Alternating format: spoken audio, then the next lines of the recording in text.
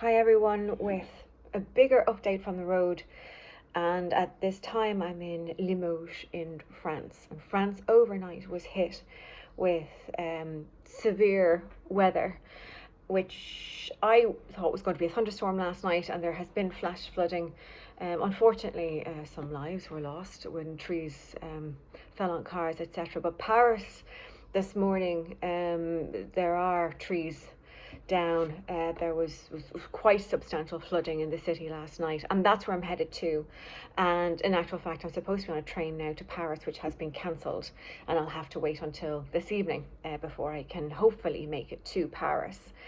I feel that all of this is tied in and relevant and significant and symbolic of the work that is being done. And yesterday, I think there was a big message that came through, which I feel the storm relates to. And so yesterday was the 7th of the 8 churches, Notre Dame in Paris being the 8th. And it is a church dedicated to Mary Magdalene. And it's a church that I was shown on the map 4 years ago. And I was shown it by being shown longitudinal lines and latitudinal lines. So everywhere I'm going, we are meeting the 0 point at the center of the axis. And of course, in ourselves, that is a symbology of the cross, and at the center of it being our heart, it being the 0 point, it being the pulse and expression of creation itself, etc. And so, because I was shown the church through longitude and latitude, and it is in the heart of France. Now, I'm calling it the heart of France, but it's about an hour and a half drive. I can't remember how long that is in kilometers, by 75 kilometers maybe, away from what is officially considered to be the center of France, which is and has been disputed for some time. So where I was could very well be the center of France, like depending on whatever calculation you take. I know for sure that this is where I was led to, according to these points. And it is also, as the crow flies, less than 5 kilometers away from the Paris meridian, which is a line of longitude, which at one time was the prime meridian, the 0 point of where we calculated time from on the planet. And it was so for a couple of hundred years, until such time as the British, because of their empire expansion and because they also ruled the waves and their cartography was used, Greenwich Mean Time then became the 0 point meridian of time, and it's still what we use today, standardized across the globe.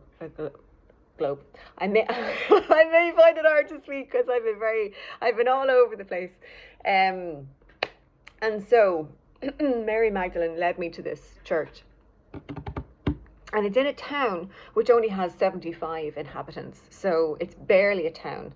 It has a church and it has like the mayor's office. And apart from that, it has just, very little. It has homes, and it is, it's all agricultural land. And what they're known for is for breeding cows, and 2 breeds of cows in that area. One is the white cow and one is the red cow, or the red heifer, and they're bred for their meat. And so when I arrived there, it was one of the first things that I noticed as I just walked around the very small town, was a field with I could see 6 white cows, and I felt that there were 2 actually lying side by side. I really felt that there were 7, but just owing to distance and angle, I couldn't say for sure, but I think there was 7, which is very symbolic of the white cow being the divine feminine, the divine mother.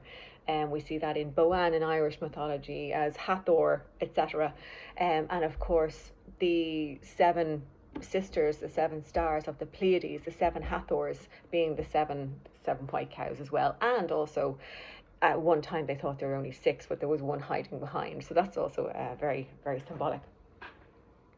So why did she lead me to this church on this particular axis?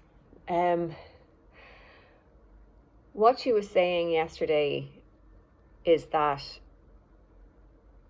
she has an affinity with this land, and so that's why she came here after the crucifixion.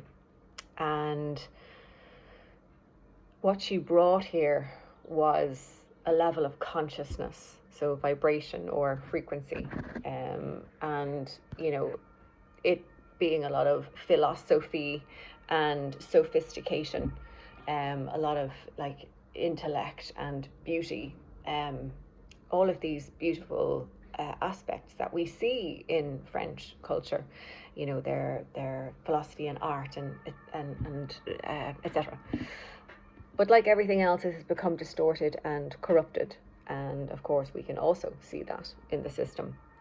And it would appear that there is a recalibration, a return to that frequency and that vibration, which is the calibration between the mind, which has distorted things, and the heart. So it's coming back to that resonance with the heart center and coming from that place, a very heart-led and heart-centered place. And in order to do that, I think what she was showing me, and I might be wrong in this interpretation, but I was feeling as though the energy in the earth, in its position in the grid, that there's a shift and a recalibration. So currently Iran is the heart of the system, the whole system. And because of that, that's why we're seeing the level of chaos in that area of the planet, and have done for a long time. And it's now really escalating. The more of this high vibration, radiation, whatever consciousness comes into the planet, it is there that we are obviously seeing that contrast in the structure breaking down. But I was interpreting what she was saying as though because of that there's going to be this shift of where the heart is on the planet, and could very well be in the center of France.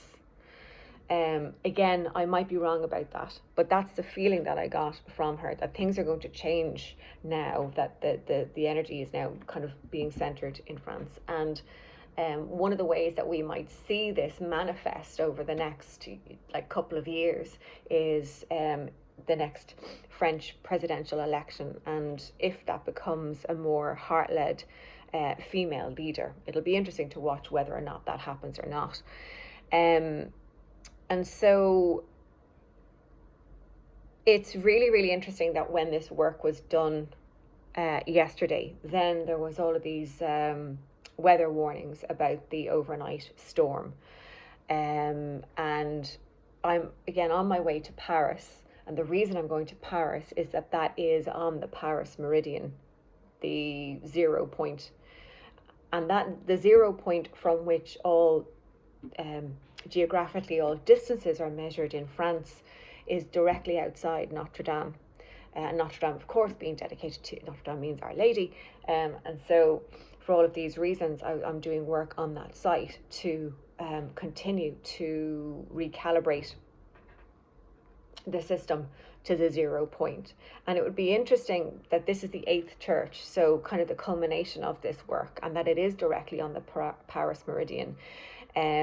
At the 0 point, whether there's a convergence of the energy again back to this point in the system, that we're making again this axis the heart of the system. So that's a possibility of my interpretation.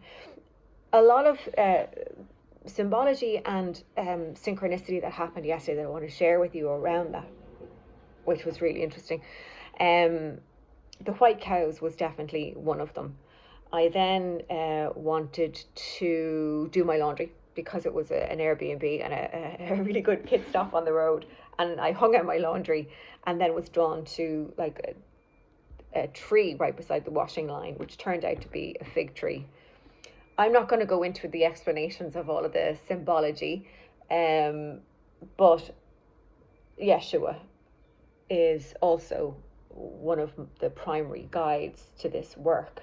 And of course, in terms of prophecy and kind of the return of Christ consciousness to the whole, he talks about the fig tree. I'll get this right. This to me now is absolutely quite astounding. My jaw dropped to the floor. But yesterday morning, when I wanted access to the church, I had to go to the mayor's office and ask for someone to let me in.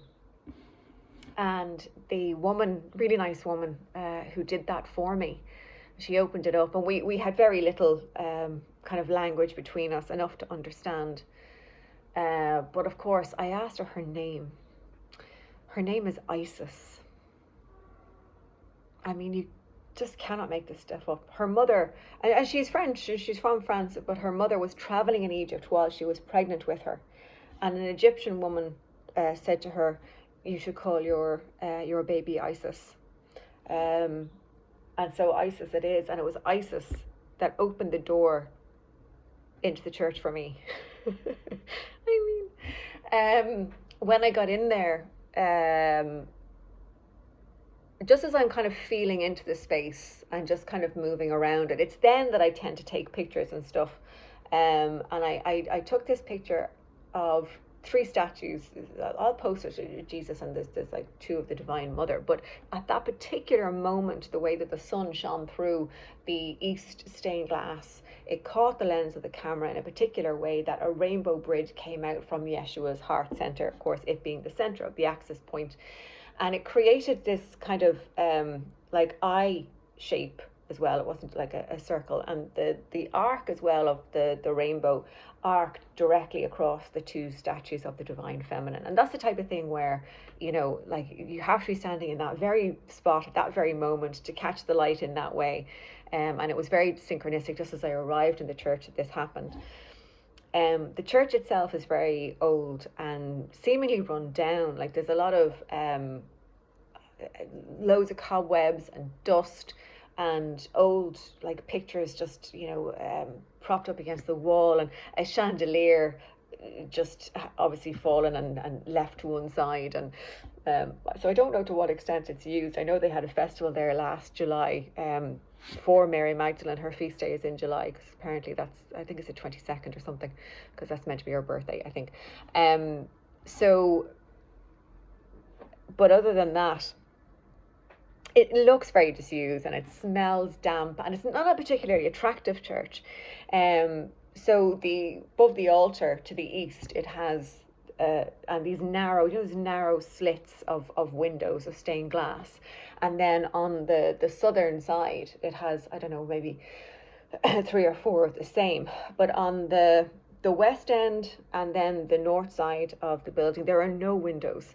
And it's very exposed brickwork. Again, it's not particularly attractive.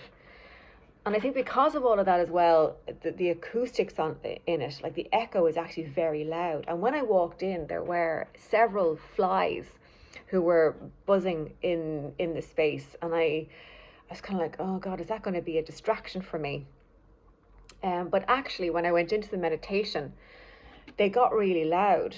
And it became this drone of frequency that I was actually tapping into and became part of it. And outside I could hear cockerels crowing and birds chirping really loudly. And it became this cacophony of natural noises that were happening. And as well as that, because it's agricultural land, and because they were doing roadworks outside, they were actually laying electric wires in the town. There had been a routine back and forth of like tractors going back and forth while they were doing this work, where they were going to dump soil or something, I don't know. And I was activating. It was only 30 minutes that I was really doing this. That stopped. There was none of the agricultural stuff. It was just this cacophony of natural noises.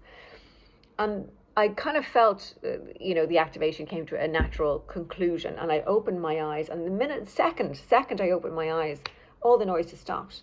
The flies, and I wish I had a video of this, but of course I was working, I couldn't take up my phone to record it. But the second I opened my eyes, there was just silence. It was quite remarkable, and then things just resumed. The tractors passed by and the birds started chirping again, and then just one fly was buzzing around in that. But it was quite extraordinary. And so in the message, she was talking about her affinity with the land and her choosing this land and bringing that heart-led higher consciousness to it, and effectively that is now being recalibrated to this point in the system and is going to hopefully manifest. And it was really interesting this morning that when I got up, the first thing that I saw was the French news, and though I wasn't really following the language, I could see all of these pictures of Paris and the reporter guy, the correspondent on the news, and it just said had like a subheading on the screen, just saying something like, you know, from the heart of Paris. And when I've been to the train station, because I actually thought my train was running. I wasn't notified of the cancellation until I was at the train station. And while I was sitting there waiting for information, a girl got up to play the piano, and she played "My Heart Will Go On" in the train station. So there are all of these symbols around the heart today coming up as well. Another interesting thing that happened is that I am not of any religious faith, or I don't subscribe to any one particular religion. I think they all hold a level of truth, but have all been distorted and have been used as devices of control, particularly Christianity and Catholicism. And so the wearing of the rosary for me, you know, as a lot of people who will be watching this, it just symbolizes a different aspect of belief. But I had a really nice rosary that I bought in Dublin before I went to Stonehenge and Glastonbury, which was very much guided by Our Lady to buy it, and I did, and it's been with me then for every activation since that. So I left it behind in Bilbao, in Amalura, the retreat centre where I was for the 3 days around the summer solstice, and I felt really, really naked almost without it when I went to Lourdes, and I really felt guided to buy this rosary when I was there, which actually it's quite a nice one. Like it doesn't necessarily look like rosary beads, and of course the crucifix was on the end of it, and I'm not mad about the crucifix. And my other rosary, you see, had a Tau cross, and it wasn't as in your face. And so anyway, I had said to myself, I can always take the crucifix off at a later point. It won't be that hard to do. When I left the church yesterday, and I was heading back to the village I needed to go to, I was trying to find a megalith. There is a megalith in the area, and I didn't find it because I'd lost signal. I would have driven by it, but what I did find was a field of these red heifers. Red heifers, again, are very symbolic. They're part of, again, prophecy about the return of Christ consciousness to the planet, again, which is kind of probably massively misinterpreted. There won't be any like Jesus coming down in a cloud. That's not what it means. But anyway, it's our mass, if you will, like the earth having a Kundalini awakening, or us having a mass Kundalini awakening. Anyway, I stopped. I don't know why. I actually stopped to take a look and a photograph of the field of these red heifers, and as I stepped out of the car, the crucifix fell off the rosary onto the ground. And the timing of that I just found quite goosebumpy. And also, I just want to say as well about the really high heat that we're getting here in France at the moment. Like it could be up to, I think somewhere recorded up to 44 degrees yesterday. So temperatures in around 40 degrees, and then conversely having these extreme flooding and thunder and lightning events because of that. But I find it really interesting that we have the fire and the water. And of course the water in the cell around the fire of the Kundalini, and the two being totally related, and how we're getting these elements presenting and manifesting themselves in such pronounced and extreme ways is really, really interesting. I'm trying to think if there's anything else. There's loads else. There is quite a lot more, but and of course, like, we've entered Cancer season, and it being a water element as well, associated with the mother and our spirituality, and all of that. our emotions. So I'll be raging now if I stop the video and I've forgotten to tell you something really important or something really like, there is another thing actually. And while I was in the village yesterday, Bussier Nouvelle, which again only has 75 inhabitants, and Isis told me to look to the horizon, and on the horizon there was this dome peak, and it is the Dome de Puy. There's a chain of can't remember how many, whether it was 8 or 80. Be gas if it was 8, as this whole thing is kind of sponsored by the number 8. I'll have to look it back up, but there's a chain of volcanic lava mounds that were created. They're some of the youngest on the planet, and they reckon created about 10,600 years ago. Now, if you're 10,600 years ago is a time period that repeats across the planet when we look at like the Younger Dryas and the fall of Atlantis and the cataclysm and that. And so it's highly interesting. This again is about an hour away from where I was, and it's nowhere near a tectonic boundary. So its creation at that time is totally significant, highly significant. And where it is latitudinally is about 45 point something, 45 point, is it 133 or 433 or something like that. And if you follow that latitude across to the west coast of the United States, where there are tectonic boundaries and a lot of volcanic activity right along the coast, along the Ring of Fire, but at that latitude in Oregon and Happy Valley, there are similar volcanic lava mounds, and I found that extremely interesting as a correlation and a link also that is not irrelevant. It is relevant. So give me just one sec while I scan my mind for anything that I want to put into this video that's relevant. I don't know. But yeah, that's where we're at. And now I'm going to Paris, and it being again the 8th cathedral in a sequence. And the plan is that from Paris I go to the Canaries, and that I go to climb Mount Teide, I can never say that right, in Tenerife. Now I don't know if that's going to happen, or if I should do that, because it has had a swarm of earthquakes this year, and that is probably not a good idea that I go there.